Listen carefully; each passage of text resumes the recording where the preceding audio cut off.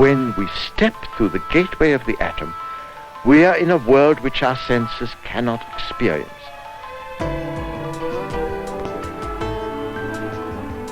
There's a new architecture there, a way that things are put together which we cannot know. We only try to picture it by analogy, a new act of imagination.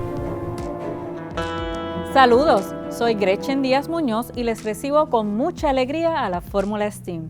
Hoy conectaremos con el interesante mundo de la física. Saludos, le habla Melwin Cedeño y la física nos permite crear conexiones entre la materia, la energía, la fuerza, los movimientos y un montón de cosas más. La física interacciona con el mundo biológico, las matemáticas y la lógica, pero también con nuestro diario vivir y lo que hacemos. En otras palabras, la física nos mantiene con los pies sobre la tierra. ¿Te gusta la velocidad y las emociones que genera? Pues vas a querer conocer al primer piloto de auto boricua en ganar un circuito profesional en los Estados Unidos y la conexión científica que le permitió ser el más veloz en la pista.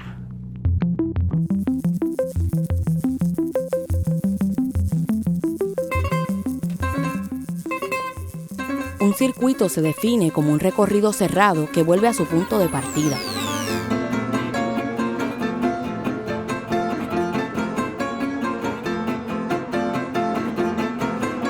Otro tipo de circuito muy conocido es el que recorren ciertos tipos de autos de carreras.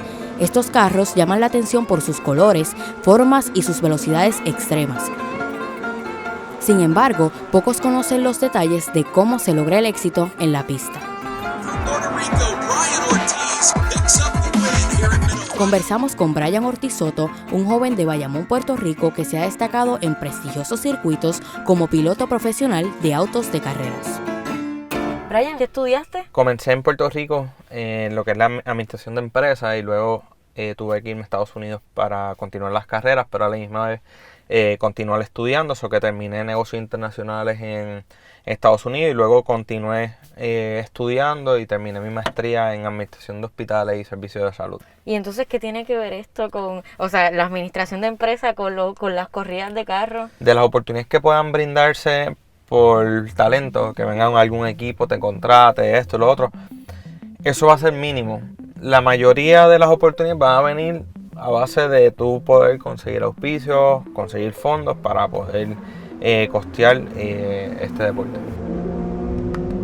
Brian ha tenido el apoyo de personas y empresas que le han ayudado en su recorrido.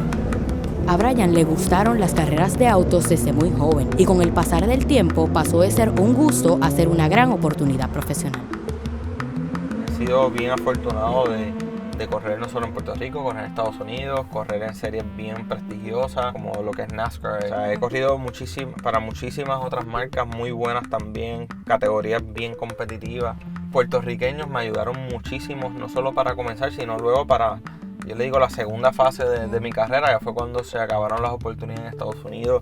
Y hoy día pues estar corriendo en la serie también de Lamborghini Super Trofeo.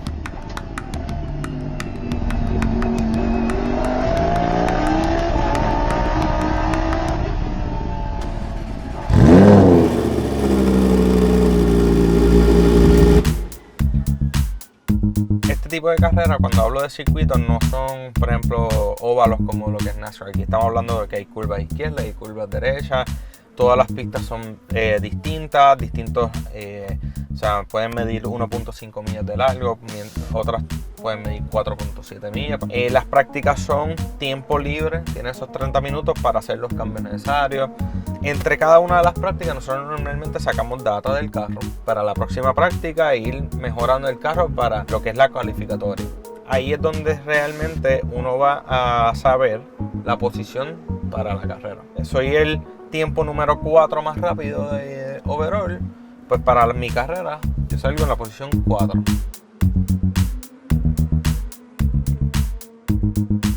Existen elementos mecánicos muy importantes para que un auto de carrera logre su objetivo de llegar a la meta, como por ejemplo su resistencia aerodinámica.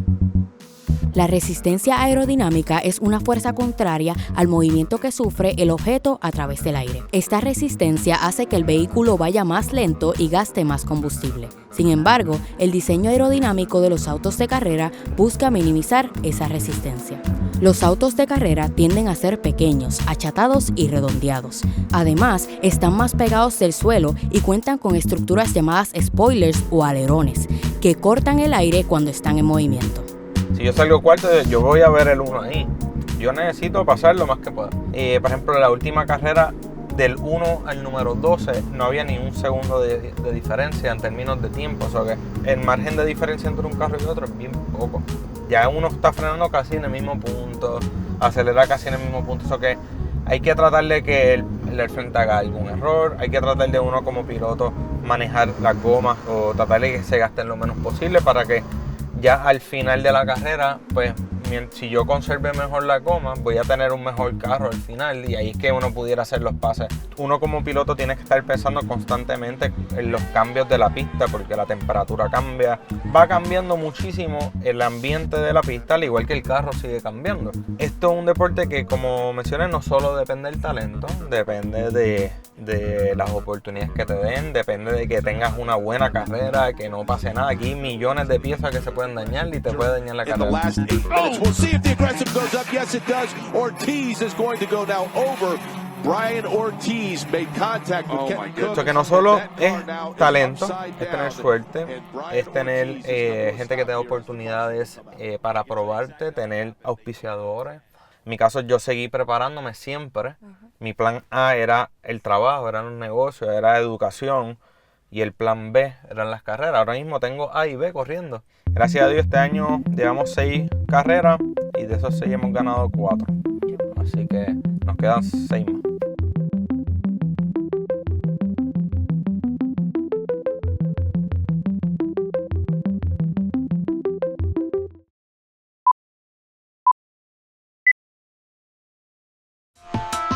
La científica Flavia Tejeda nos lleva a conocer a una superestrella internacional que se ha destacado en el mundo de la física y de su divulgación. This car is gaining momentum in kinetic energy. And now there's no longer any momentum in kinetic energy. La física es una disciplina fundamental para entender el universo.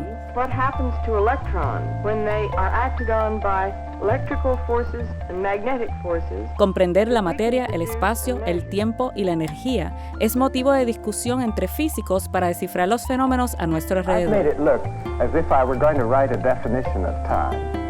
But the fact is I can't. In fact, most of our energy comes to us from a star, our own personal star called the sun. Pero, ¿cómo explican estos conceptos complejos al resto del mundo? Hoy conversamos con el Dr. Javier Santaolalla, quien se dedica al estudio de la física de partículas y a comunicar la física como nunca la han contado. Hola, hijos de Newton. ¿Listos para leer completamente el cerebro? Hola, hijos de Higgs. El fin del universo podría ser abrupto. Hola, hijos de Einstein. Si un fotón no tiene masa, ¿pesa? La electrodinámica cuántica. De hecho, los datos actuales apuntan a que vivimos en un multiverso. Sé que hiciste estudios en ingeniería de telecomunicaciones. Entonces, de ahí pasas a hacer un doctorado entonces en física de partículas. ¿Y por qué entonces decides moverte a física de partículas? ¿Cuál es la relación ahí? Estaba en segundo de carrera de ingeniería cuando empecé a leer cosas de física. Leí libros de divulgación y me atrajo muchísimo. Fue como para mí fue un despertar. Pues tiene una conexión muy bonita con el significado del universo y de que está hecho todo. Me parece muy bonito porque conecta con todo, conecta con la biología, con la cosmología, con la astrofísica. O sea, es como una rama de la ciencia que está en todas partes, que es más, digamos, por conocimiento elemental. Es el hacer de conocer las cosas que ha tenido siempre la humanidad. Es aprender, descubrir y esa necesidad de entender qué es la vida. Javier nació en Burgos, al norte de España. Desde niño se interesó por las ciencias, pero no fue hasta culminar sus estudios de ingeniería cuando conoció su verdadera pasión, la física. Cool forests, soft meadows, a world positively rippling with life. In the cosmic perspective, it is, for the moment, unique. the only world in which we know with certainty that the matter of the cosmos has become alive and aware. La física de partículas explica los componentes, interacciones y formación de la materia, pero también ha ayudado a avanzar el campo de la medicina a través de las terapias y tecnologías de diagnóstico. The protons are in the machine. On October the 4th, 1982, 100 feet below ground near Geneva, a team led by Italian physicist Carlo Rubbia was about to embark on one of the most extraordinary scientific experiments of this century. Using beams of subatomic particles, they hoped to prize from nature a new secret which goes to the very roots of scientific thought. Javier jugó un rol importante en el descubrimiento del bosón de Higgs, una nueva partícula comúnmente llamada la partícula de Dios, que se descubrió en el 2012. Javier incluyó a España en un esfuerzo científico internacional dentro del Gran Colisionador de Partículas en Suiza, donde se encargó de tomar y analizar datos de las colisiones que ocurrían en el acelerador. The lifeblood of these experiments lies in a network of particle accelerators burrowing under the Geneva countryside, driving intense beams of protons up to almost the speed of light. ¿Y qué es eso de la partícula de Dios? ¿A qué se refiere eso? Sí, es una partícula que en realidad, bueno, el nombre de partícula de Dios es un nombre que le dieron los periodistas que no tiene nada que ver. Simplemente fue un nombre que llamó mucho la atención, pero en física se llama bosón de Higgs. El bosón de Higgs es una partícula que se predijo en los años 70 para describir qué es la masa en el universo, qué significa tener masa. Pues la propuesta que hicieron Peter Higgs y otros científicos fue que el universo está impregnado de una energía que interacciona con la materia, y esa interacción genera lo que llamamos masa. Entonces, cuando algo tiene masa, porque pesa, es porque está de alguna forma arrastrado por el campo de Higgs. I think we have it. You agree?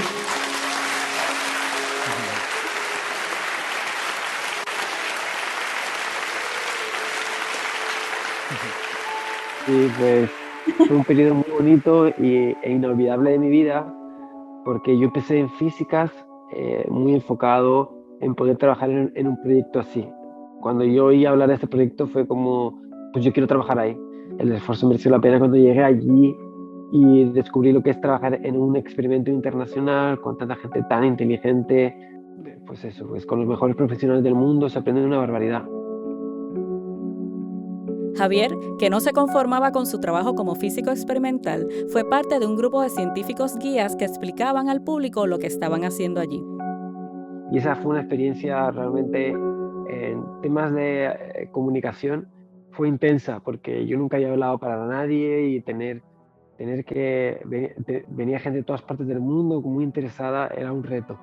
Y la segunda fue pues un concurso al que me presenté justo después de esto que acabo de contar. Hubo un concurso nacional en España de contar la ciencia en 3 minutos y me presenté y llegué a la final y tuve que actuar en un teatro.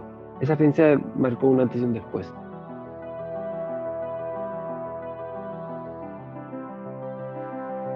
Por sus participaciones en iniciativas como Big Bang Ciencia, el programa Órbita Laica y su canal en YouTube Datum Vlog, Javier ha acumulado en Facebook, TikTok, Twitter e Instagram más de 2 millones de seguidores alrededor del mundo. También ha liderado importantes esfuerzos de comunicación científica en su país. ¿Y qué pasó? Pues tú ya lo sabes, apareció. Oh, shit. Here we go again. Una medalla más para el modelo estándar. Y ahí estaba yo. El modelo estándar es el orgullo de los físicos. ¿Cómo tú cuentas la ciencia como nunca la han contado? Yo lo que intento es entenderlo primero yo y luego ponerlo en palabras que otra persona pueda entender. Mi idea era hacer un poquito la ciencia más divertida, contarla de otra manera, como más desenfadada, como más loca. Y alejar el tono típico de la academia, de la universidad, y acercarlo un poquito más a lo que se ve en televisión, a lo que son las conversaciones más de radio, que son más desenfadadas, más entretenidas. Bueno, darle un poquito de personalidad al relato. Una persona que está atrapada en otra dimensión, sin humanos. Quizás yo pueda ayudar. ¿Y cuál tú crees que va a ser durante los próximos años el curso que va a seguir la investigación en física y pues los posibles descubrimientos que tú crees que se puedan llevar a cabo en los próximos años basado en tu experiencia como físico y también en esta constante búsqueda que estás de investigaciones para comunicarle al público? Es muy difícil de decir. Yo creo que puede haber dos situaciones. Una es la que parece más probable y más aburrida, es que empiecen a haber descubrimientos importantes pero previstos, ¿no? Pues se encuentre la materia oscura, se encuentre cierto tipo de agujeros negros, aparezca alguna pista sobre el origen del universo, o sea, cosas que ya están en nuestra cabeza y que falta por confirmar. Y la otra posibilidad, que yo creo que es la más interesante y más bonita, un poco como pasó hace 100 años con la cuántica, que llegó algo que nadie sabía cómo encajar, es que surja algo súper loco, que cambie todo.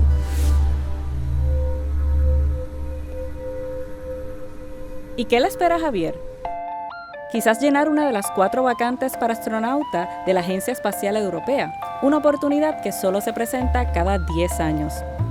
Me dije, bueno, pues es muy difícil, pero ¿por qué no? A lo mejor sí, puede ser una sorpresa. Voy a presentarme a esta plaza, a luchar duro para ver si consigo un hueco en ese grupo de personas afortunadas que han ido al espacio.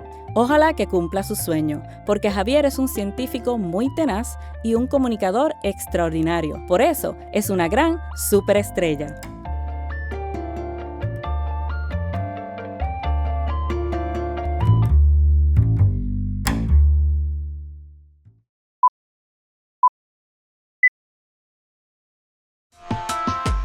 La física también explica cómo funciona un circuito, pero uno eléctrico.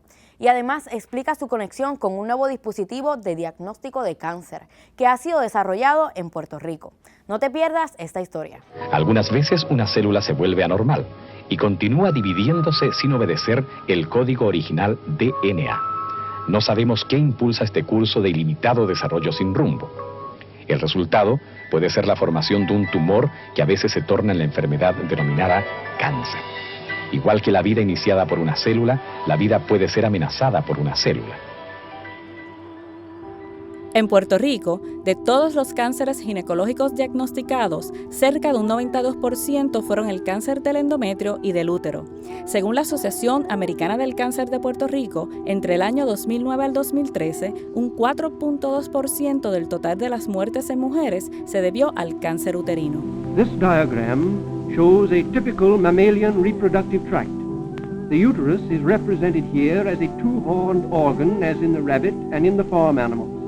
2 ovaries, a pair of oviducts, and 2 uterine horns. El cáncer de útero es un cáncer invasivo común del sistema reproductor femenino que comienza en el endometrio y es considerado el 4º cáncer más común en mujeres. En Estados Unidos, para el 2021, se diagnosticaron 65,000 casos y se registraron 12,000 muertes. Los datos no son halagadores, pero hay buenas nuevas y lo mejor de todo, originan en una empresa puertorriqueña conocida como Videa, fundada por el doctor en química Carlos Cabrera Martínez junto a la doctora Ramonita Díaz Ayala y otros científicos inmersos en la tan en boga economía del conocimiento.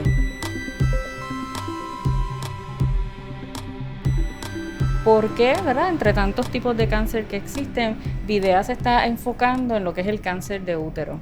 Nosotros nos enfocamos en este cáncer porque ha mostrado una alta incidencia en los tiempos más recientes, incluso una mayor mortalidad, al punto que se prevé que pueda desplazar el cáncer colorectal en términos de las estadísticas. Y para este cáncer no existe una prueba que sea de detección temprana regulatoria como existe con otros cánceres.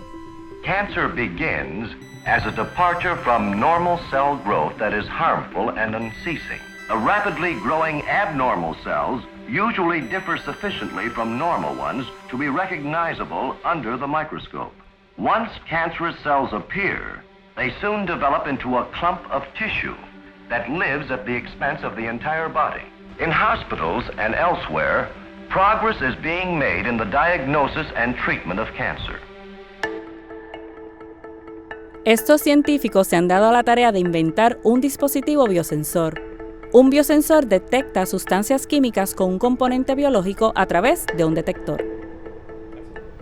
¿Me podrías explicar cómo funciona la tecnología? Pues nuestro biosensor es tipo una tirita de un glucómetro, ¿verdad? Similar a esta. Yo les voy a mostrar una recreación de esto a escala más grande, sería esto. Es un electrodo interdigital por tener la forma como de deditos. La telomerasa, cuando se activa en las células cancerosas, lo que hacen es que comienzan a alargar este telómero. El ADN en nuestras células se condensa y forma un cromosoma, el cual posee en sus extremos unas secuencias repetitivas de ADN llamada telómeros. La telomerasa es la enzima responsable de añadir estas secuencias y normalmente se activa en las células de los óvulos y la esperma, pero se inactiva en el resto de las células maduras luego del nacimiento. Por esto, cada vez que las células de nuestro cuerpo se multiplican, los telómeros pierden un poco de ADN y se acortan, provocando daños y muerte celular. Pero algo distinto ocurre en las células cancerosas.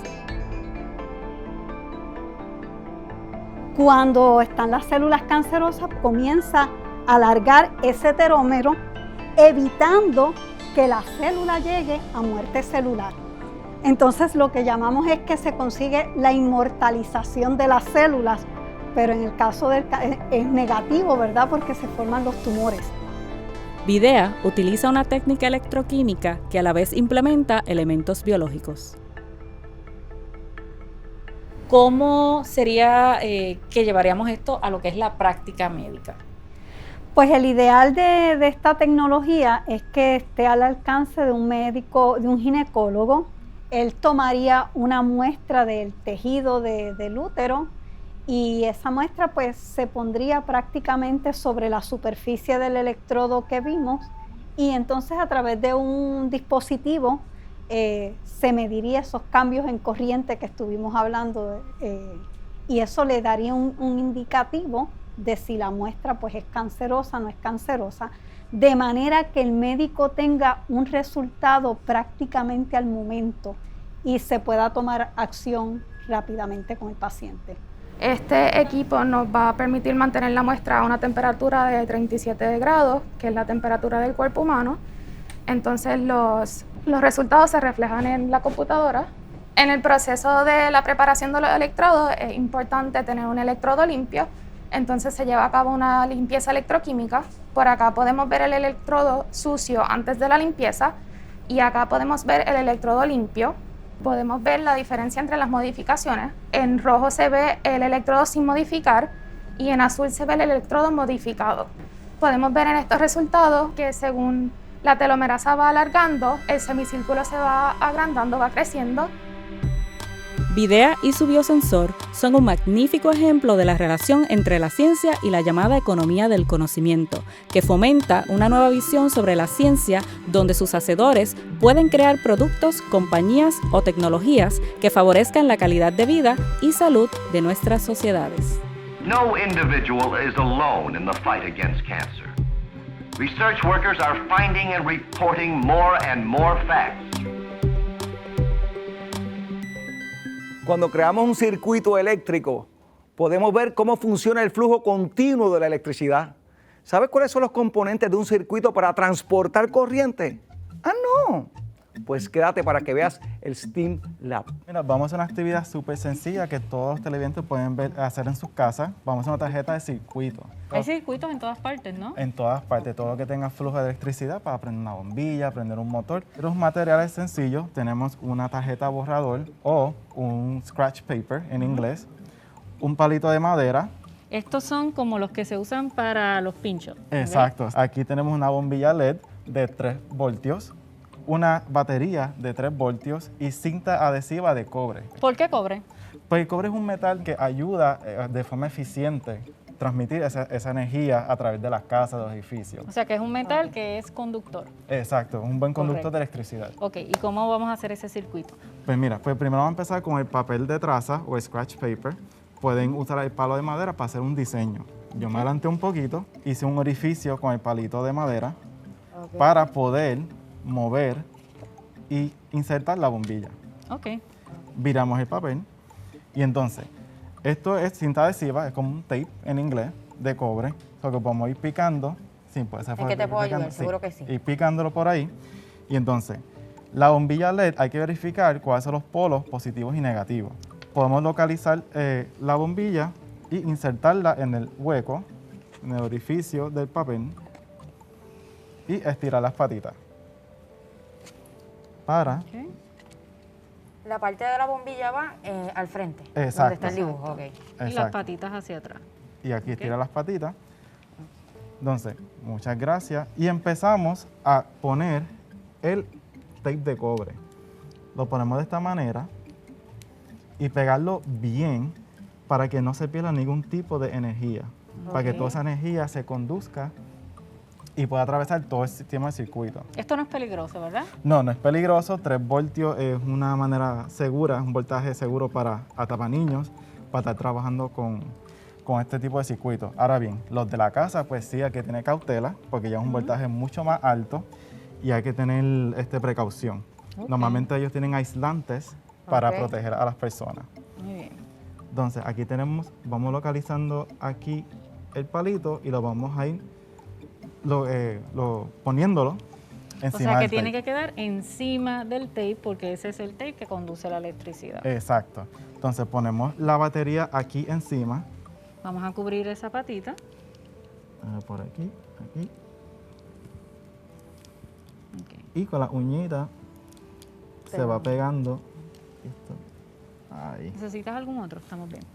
Y ahora uno un poquito más largo para entonces conectar la batería con el resto del circuito. Es bien importante que vean que tiene que conectar, ¿verdad? O sea, si no hay esa conexión, entonces no estamos hablando de un circuito. Exacto. Bueno, pues ya tenemos el circuito aquí completado, Luis. Exacto, unos materiales súper sencillos, unas herramientas y unas técnicas bastante elementales que todo el mundo lo puede hacer en sus casas. Esto es súper fácil, pero ¿qué hemos aprendido hoy? Hemos aprendido a montar un circuito, hemos aprendido que utilizando una fuente de energía podemos entonces encender esta luz. Ya saben que aquí en el STEAM Lab aprendemos muchísimo, así que no se pierdan el próximo experimento. Muchos dicen que la física se puede considerar una ciencia central porque explica los fenómenos que ocurren en otras disciplinas como la química y la biología. Y puede que pensemos que la física es complicada, pero lo que no es difícil de entender es cómo a través de ella la humanidad comprende mejor el universo en el que vive. Sin embargo, hay muchas teorías de la física que no se han podido evidenciar y eso solo significa una cosa, que podrías ser tú la persona que un día las pueda demostrar. Mientras, nos vemos pronto en la Fórmula STEAM.